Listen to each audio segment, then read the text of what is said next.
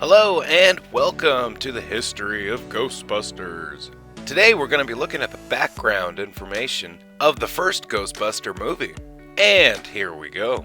Originally, Ghostbusters was called Ghost Smashers. The concept was inspired by Dan Aykroyd's own fascination with the paranormal, and it was conceived by Aykroyd as a vehicle for himself and for a friend and fellow Saturday Night Live alumni John Belushi. The original story, as written by Aykroyd, Ghost Smashers, was very different than what would have eventually been filmed. In that version, a group of Ghostbusters would travel through time, space, and other dimensions, taking on huge ghosts.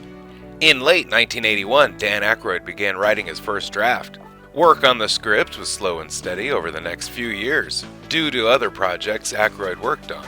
On March 5, 1982, while he was writing one of Venkman's lines, Aykroyd heard that Belushi had passed away. Aykroyd sent a half-completed script to Bill Murray and spoke to him about picking up the mantle left by Belushi. Murray responded favorably to the script's concept, so Aykroyd took it over to Ivan Reitman. Reitman looked through the script, which only had 40 or 50 pages done at that point, and had no idea how he would make it into a movie.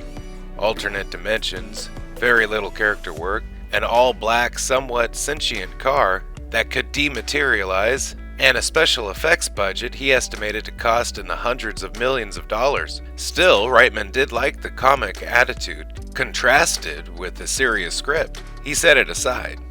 Undaunted, Aykroyd kept working on the script and finished it months later on January 20th, 1983. The finished script was around 180 pages.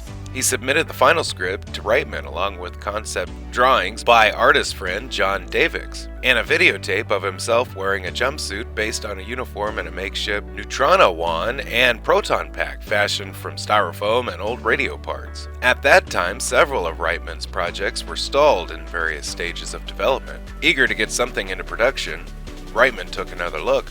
Reitman honed in on the idea of a group of men operating from a firehouse and responding to emergency calls like firefighters would. Reitman got a laugh out of the concept, equipment, car, and logo, but had reservations about some of the fantasy elements. He had a lunch meeting with Aykroyd at Arts Delicatessens in May 1983. Reitman made some suggestions to which Aykroyd immediately took to, such as setting the movie in a modern American city, doing an origin story, and bringing in Harold Ramis. After their meeting, Reitman and Aykroyd went to the Burbank studios and talked to Harold Ramis. At the time, Reitman and Ramis had their offices there. Ramis happened to be reading one of Aykroyd's other scripts, one about the Canadian Mounted Police. Aykroyd told him to put it aside and take a look at the Ghostbusters script. After about 20 minutes, Ramis was in. Later in the afternoon, Reitman called his agent, Mike Ovitz, who also represented Aykroyd, Ramis, and Murray, and asked him to set up a meeting with Columbia Pictures chairman Frank Price. Reitman did a 5-minute pitch to Price about the Ghostbusters concept. Price liked it and asked about the budget. Without a final script and knowledge of such a movie, Reitman pulled a number out of thin air, as his last movie was $10 million. Price advised him to keep the budget in the mid-$20 million range, and gave Reitman 13 months to make a summer tentpole movie for 1984. With no script, 2 writers, 2 associate producers, most of the main cast, and no special effects house, Ghostbusters was greenlit. The first collaborative script between Aykroyd and Ramis was completed on June 6, 1983. The main thrust of the draft was to come up with a new story that made sense to Aykroyd, Ramis, and Reitman. Ramis came up with the setting, the main characters as parapsychologists working at a university. More were slowly added to the crew, and with input from some of the new crew members, the budget was adjusted from $25 million to $30 million.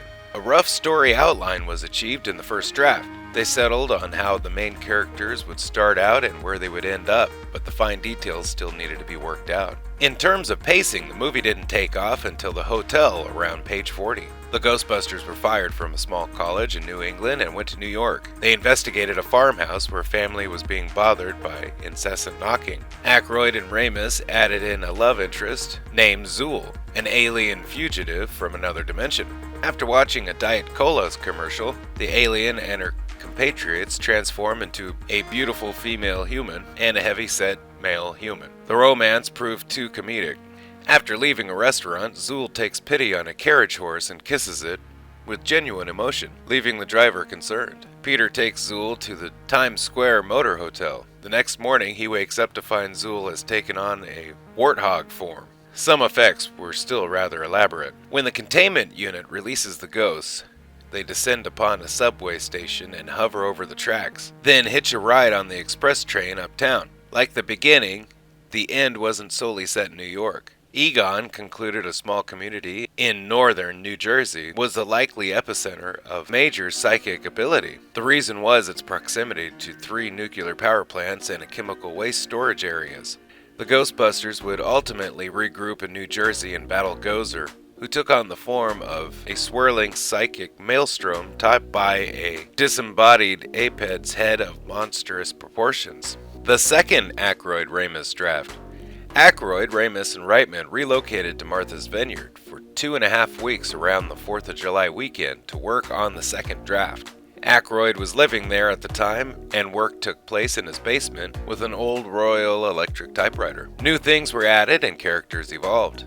Egon demonstrated his prototype equipment, but after it was plugged into an AC outlet, the firehouse and Manhattan suffers a blackout. The foul-smelling amorphous vapors from Aykroyd's first scripts became a green, potato-shaped ghost that haunted the hotel. Louis Tully was a visiting conventioneer. The State Puft Marshmallow Man became the Ghostbusters' final encounter. Aykroyd, Reitman, and Ramis concluded that they needed a 4th Ghostbuster to explain certain things to a more down-to-earth sort of way. Reitman also felt that the movie could use another good guy coming in and joining the Ghostbusters. Initially, Winston came into the firehouse for a job as a security guard before Dana went to the Ghostbusters for help. The ending was grander and wrapped everything up. Ghostbusters became a highly successful, multinational corporation named Ghostbusters International. Peter and Dana moved in together. Egon and Janine got married. The July rewrite was constantly rewritten, re-edited, and re-commented on. Aykroyd, Ramis, and Reitman left on July 10th with a strong strip as the rewrites continued.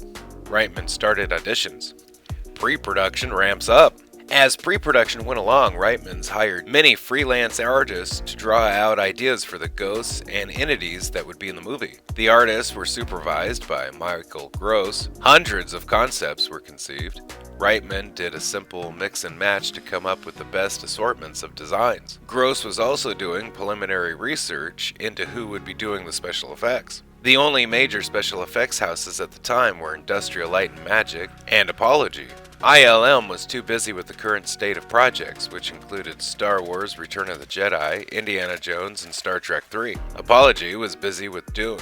Michael Gross and Don Shea grew up in the same town and had become close friends since high school. Gross called Shea in for consultation on visual effects. Richard Edlin was leaving ILM to set up his own effects studio. He set up a meeting with Ivan Reitman, Michael Gross, and Richard Edlin. During back surgery, Edlund received a phone call from Reitman to work on Ghostbusters. Edlund's Boss Films, later Entertainment Effects Group, was hired to work on the movie. Columbia fronted $5 million to Richard Edlund to start his own effects house. It exclusively worked on Ghostbusters. They had 10 months to get their studio up and running, make new techniques and styles, and design and construct everything. Then it was discovered that Filmation produced a children's live-action comedy series called The Ghostbusters for the 1975 through 76 television season. Columbia entered negotiation with Filmation to ensure the rights. Talks bogged down and uncertainty developed about the name of the movie. The third Aykroyd-Ramis draft. The next rewrite was fine-tuned even more. Some scenes were still elaborate from an effects standpoint. The scenes where Dana's eggs start cooking was accompanied by a loaf of bread splitting up into pieces of toast, and every metal appliance and utensil flew across the room and stuck into the refrigerator door. Characters were brought back from the original script. Shandor was now a human with a morbid past. He was now reimagined as a deranged surgeon and architect who worshipped Gozer, who met his end when a failed abduction led police to his penthouse apartment, which was furnished with human bodies. He was executed at Sing Sing by an electric chair. Other original characters were flourished out better and were close to being finalized. Slimer's design and part was basically locked in.